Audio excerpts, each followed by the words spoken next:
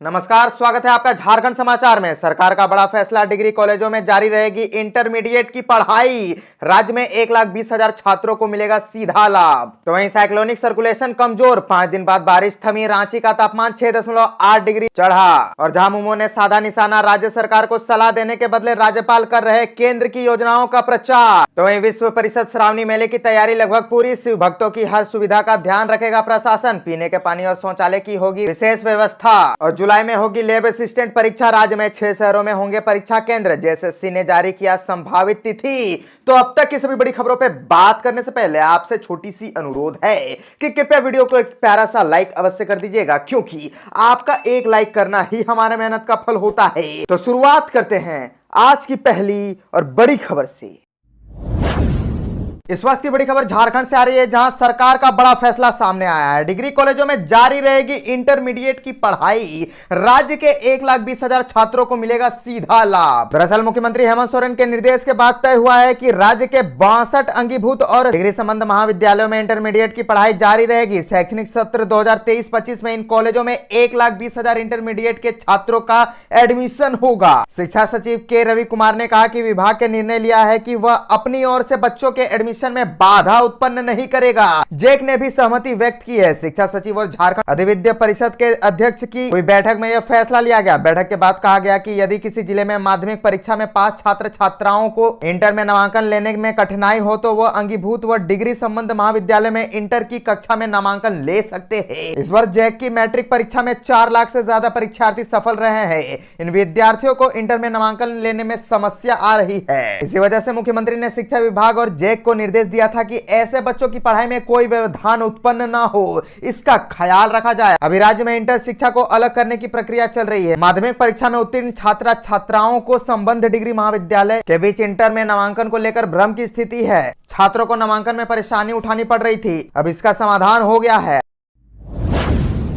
झामुमो ने साधा निशाना, राज्य सरकार को सलाह देने के बदले राज्यपाल कर रहे केंद्र की योजनाओं का प्रचार। झामुमो ने आरोप लगाया कि राज्यपाल राधाकृष्णन भाजपा के केंद्र और प्रदेश के नेताओं का काम कर रहे हैं। राज्यपाल राज्य सरकार को उचित परामर्श देने के बदले केवल केंद्र सरकार की योजनाओं का प्रचार कर रहे हैं। दरअसल झामुमो के वरिष्ठ नेता सुप्रियो भट्टाचार्य ने कहा कि भाजपा के नेता मोदी जी के 9 साल का गुणगान तो कर ही रहे हैं। अगर राज्यपाल ही ऐसा काम करने लगे तो भाजपा के नेता क्या करेंगे।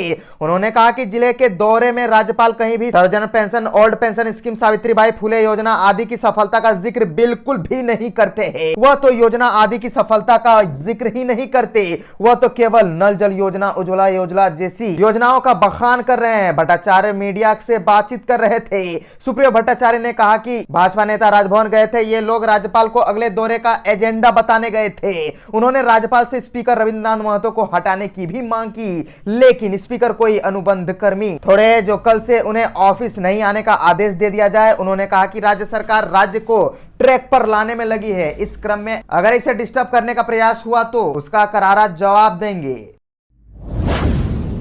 विश्व प्रसिद्ध श्रावणी मेले की तैयारी लगभग पूरी। शिव भक्तों की हर सुविधा का ध्यान रखेगा प्रशासन। पीने के पानी से लेकर शौचालय तक की व्यवस्था। श्रावणी मेला 2023 बाबा वैद्यनाथ पर अर्धा सिस्टम से होगा जलाभिषेक। शीघ्र दर्शनम कूपन का रेट तय। दरअसल देवघर में विश्व प्रसिद्ध श्रावणी मेले को लेकर तैयारी शुरू कर दी गई है। कई दौर की बैठक प्रशासन और पंडा धर्म रक्षणी सभा की बीच हुई है। कई सुविधाओं को लेकर चर्चा भी हुई। बैठक में सुरक्षा सुविधा और मंदिर में दर्शन समेत अहम मुद्दों पर चर्चा हुई। बाबा मंदिर प्रभारी सह एसडीएम दीपांकर चौधरी ने कहा कि मेले में संचालन को लेकर सकारात्मक चर्चा हुई है। हम सभी सुविधाओं का ध्यान रख रहे हैं, समय पर सारी सुविधाएं मिले, भक्तों को किसी तरह की परेशानी ना हो, इसका पूरा ध्यान रखा जा रहा है। पेयजल से लेकर के शौचालय की भी सुविधा पर ध्यान रखा जा रहा है। इसके लिए 51 जगहों को चिन्हित कर प्याऊ लग रहे हैं। जिन जगहों को चिन्हित किया गया है उनमें शहर के कई प्रमुख स्थान भी शामिल है। पीने के पानी के साथ साथ भक्तों के लिए शौचालय का भी निर्माण कराया जा रहा है। अधिकतर शौचालय बनकर तैयार है। इस काम की विशेष देखभाल की जिम्मेदारी सिटी मैनेजर सुधांशु शेखर और पानी विभाग के जेई सुमन कुमार के पास है। इस बार 760 यूनिट शौचालय बनाए जा रहे हैं। किसी भी कांवरियों को शौचालय में या पानी पीने में पानी की दिक्कत नहीं होगी।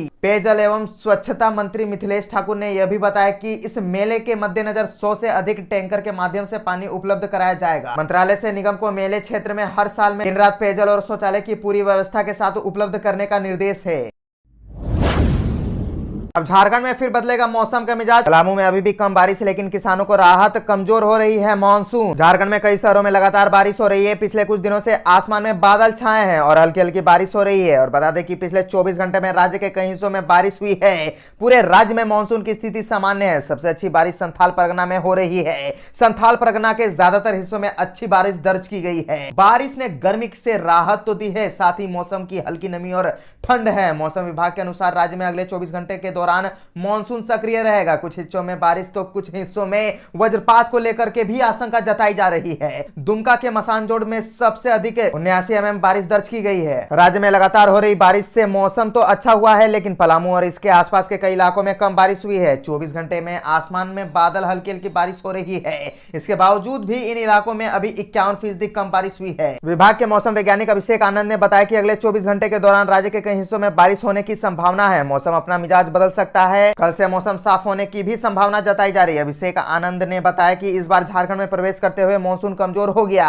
इसकी वजह से सामान्य से कम बारिश हुई है। किसानों के लिए राहत की बात यह है कि खेतों में रोपाई की जितनी बारिश हुई है, पलामू में कई इलाकों में कम बारिश हुई है, लेकिन किसान रोपाई कर सकते हैं। इसके बाद बंगाल की खाड़ी में साइक्लोनिक सर्कुलेशन बनने से बारिश होगी। जून में वज्रपात से 40 लोगों की मौत हो गई है। झारखंड में 20,000 स्कूलों में तड़ित चालक नहीं है। राज्य के हर हिस्से में मानसून प्रवेश कर चुका है और स्कूल भी खुल चुके हैं, पर आकाशीय बिजली गिरने की घटनाओं को लेकर शिक्षा विभाग अलर्ट नहीं है। राज्य के ज्यादातर स्कूलों में तड़ित चालक या तो नहीं है या फिर काम नहीं कर रहे हैं। और बता दें कि झारखंड में जून में अब तक 40 लोगों की मौत वज्रपात से हुई है। मौसम वैज्ञानिक अभिषेक आनंद के अनुसार खतरे वाली हर जगह पर तड़ित चालक लगाया जाना चाहिए, क्योंकि यह वज्रपात का नुकसान कम करने में सबसे अच्छा माध्यम है।